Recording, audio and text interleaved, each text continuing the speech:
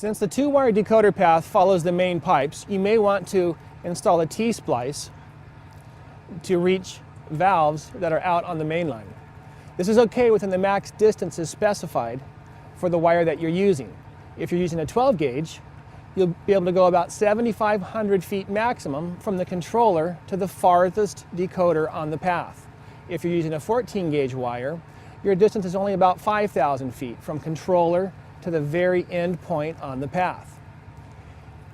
You want to follow the general rules that apply for all splices. Number one, you want to leave plenty of slack at the splice location. Here I've got about 2 feet up and 2 feet back in to work with and make my splice connection. You'll also want to use the DBRY6 connectors.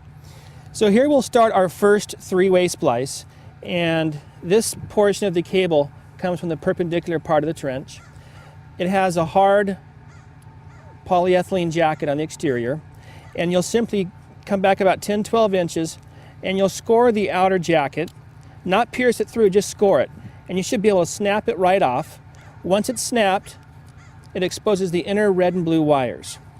This is our main loop that follows the main line heading down with the pipe in the trench, and we'll start by coming to the top of the loop, and we're simply going to sever the two-wire path into two pieces. We're going to want to recreate what we've done here on the other, and we'll start by scoring about 10 or 12 inches back the outer hard plastic gel. So next what we'll do is take the red wire from each of the three wire runs. You want to follow red to red, blue to blue throughout the entire system. And you'll notice with the DBRY6 connectors, once again they're ready for use with either the 12 gauge or 14 gauge wire, thus they're red and yellow here.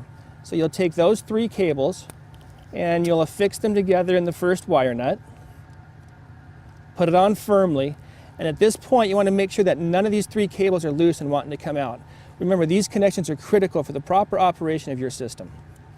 Once you've got the three reds together, we'll take and put the three blues together. So now that we have our blue wire path connected, we'll go ahead and start with our red side.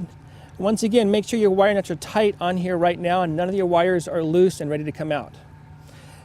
Take the cylinder and line up the wings on the wire nut with the slots on the cylinder and insert that wire nut all the way down to the base of the cylinder.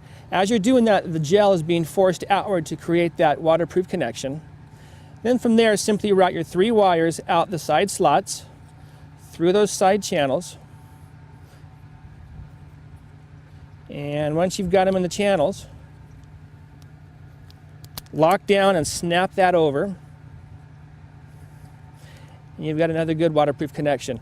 Now remember, all these connections made in the field have to be put into a valve box so you can locate these after the fact and protect them from the elements.